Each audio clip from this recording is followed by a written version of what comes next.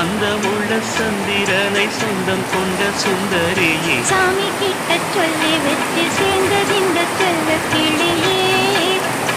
இந்த பூமியுள்ள காலம் மட்டும் வாடும் இந்த அன்பு கதையே.